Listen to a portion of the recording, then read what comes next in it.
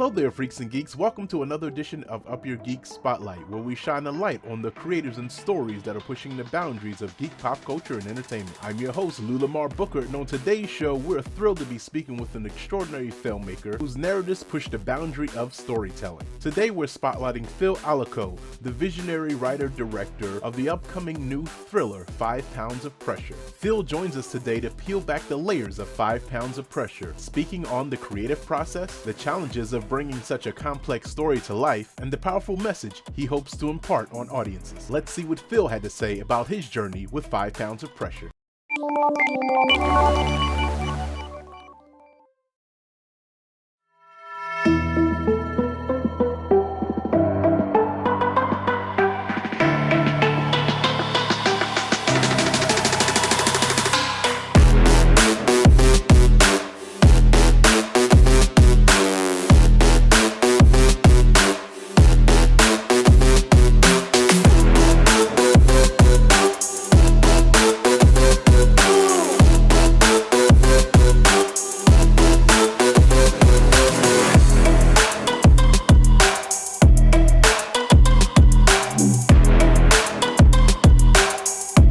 How you doing? Welcome to Up Your Geek Spotlight. Thanks for coming on today. Thank you for having me. Today, Phil is joining us, so we're going to peel back the layers on his feature film, 5 Pounds of Pressure, and the powerful message he hopes to impart upon the audience. So without further ado, let's welcome Phil Allocco. Thank you for having me. That's it. Allocco, you got it. All right. So my opening question here for you, Phil. So with 5 Pounds of Pressure presents a complex narrative, interweaving themes of redemption, violence, and consequences of our past actions. So what inspired you to tell this story, and why was it important for you to explore these themes? You know, I grew up in a world like this, and knew people who were in these kinds of situations, and I think it was cathartic for me to write about it. And these are things that I struggle to understand, you know, the anger, the emotions, the empathy, and to put these things into some sort of context. I think I'm drawn to stories that, you know, explore what it means to be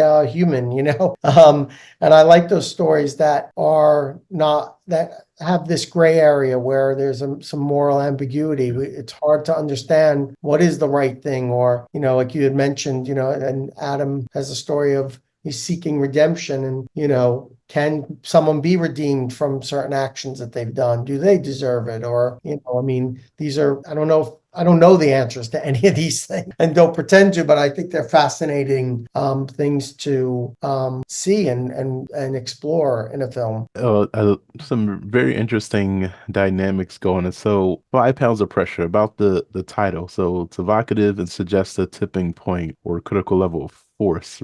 So can you share the significance of this title in relation to the film's narrative? Yeah, I came across it as, you know, talking about the trigger pressure on a Glock, and, you know, and the idea that it's such a light, won't throw off your aim. It's really, you know, making a machine that's meant to kill even easier to make such a consequential action, right? Seemed to really hit home on what the film is about. And when you can have an action that's so simple and so quick, you know, we have emotions and things that we feel. I mean, how many things have we felt with anger or whatever, or been in a heated argument? Imagine, you know, if you happen to have a gun and your finger's on the trigger, you know, how many, you know, is it an accident? Is it not? What's going through your mind? I mean, you know, it's interesting. I think I was reading something about premeditated murder, and it was saying that even if it happened seconds before you did an action, it's premeditated. It doesn't have to be like a week or a month of plotting or a day before. It could be that moment. And I thought that's really fascinating. And I think that also kind of influenced the complexity of, like, does someone mean to do it? And if they did in that instant, like, you felt like you wanted to kill someone in a moment and you did it. So that's premeditated murder. That's the worst crime you could commit, right? So I thought that's really fascinating to explore what that is. Your explanation, and I tell you what, I just had this like aha moment with your explanation there, and maybe that's your genius plays so well now, having seen the film, that title plays so well with the things that were going on throughout the narrative of the film. And it's like now that you've said that, everything's like clicking. I was like, oh, okay. I Oh, guess thanks. especially with the lead character, what happened with him and everything like that. So Yeah. and all those moments, it kind of puts everything together there. So I think people are gonna really enjoy that because the mystery of that too is even in the title is understanding what that means, and once they see it, it's like, wow, okay, I get it. So that played there. We're gonna talk about some of the character development here. So this film features Adam as an ex-con seeking forgiveness, and Mike as a young man eager to escape his current life. So how did you approach the development of these characters, and what do you believe Luke Evans and Rory Culkin brought to their roles that was unique? Well, I mean, in the writing, these characters were very familiar to me. They feel like people I knew. So I kind of stayed true to that. But I think Luke is an amazing actor. I think Yeah. having Luke was the first one who came on, and I think that sets the tone for the kind of film that we can create and allows us, of what level of intensity we can have and obviously the kind of talent and he brings to that character. I mean, he created a Yeah. real person in Adam when I see it for me. And I just love his acting. And Rory, I think I am blown away when I saw him in Lords of Chaos, which is a very unlikable character that he Yeah. brought so much empathy to this character. And I thought when I saw it, I was like, oh my God, I would love to have him for Mike. I think he would be amazing. And the fact that he came on, it just feels like,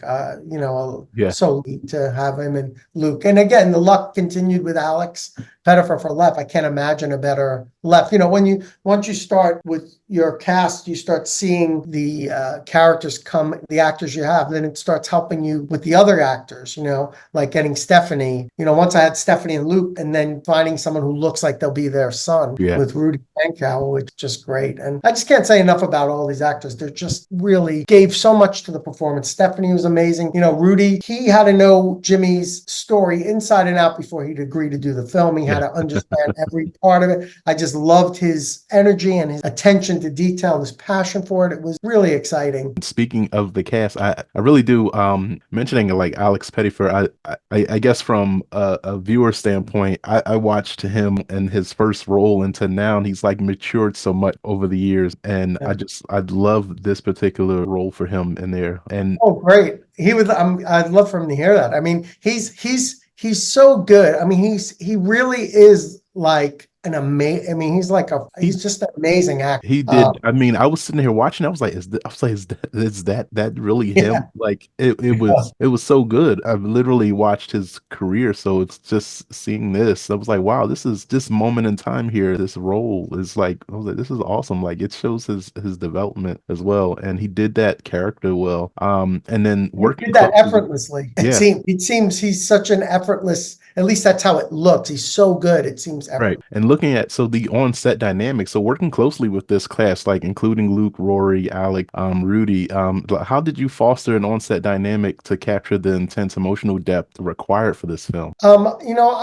For me, I think director's job is to create a good environment where people feel like they can have fun, they feel safe, they feel good, and I try to make sure I understand how these actors like to work so I can try to create the best circumstances that they feel comfortable working in so they can do their best work. I mean, I feel like I do my best work when I'm in the right environment. So I feel like that's a big part of or maybe the biggest part of my job is to have that and also have a set where it's collaborative, where we all feel like, I'm there trying to get great ideas on the screen. They don't have to be just my ideas. Wherever I can find them, I want them on the screen. And that goes for my crew, for everyone. So I feel like that is a big part of hopefully getting a good environment where people can do work that they're excited about. So every film production comes with its set of challenges and triumphs. So could you share one significant challenge you faced while making 5 pounds of pressure, and how did you overcome it? Well, I mean, there's so many challenges on this film.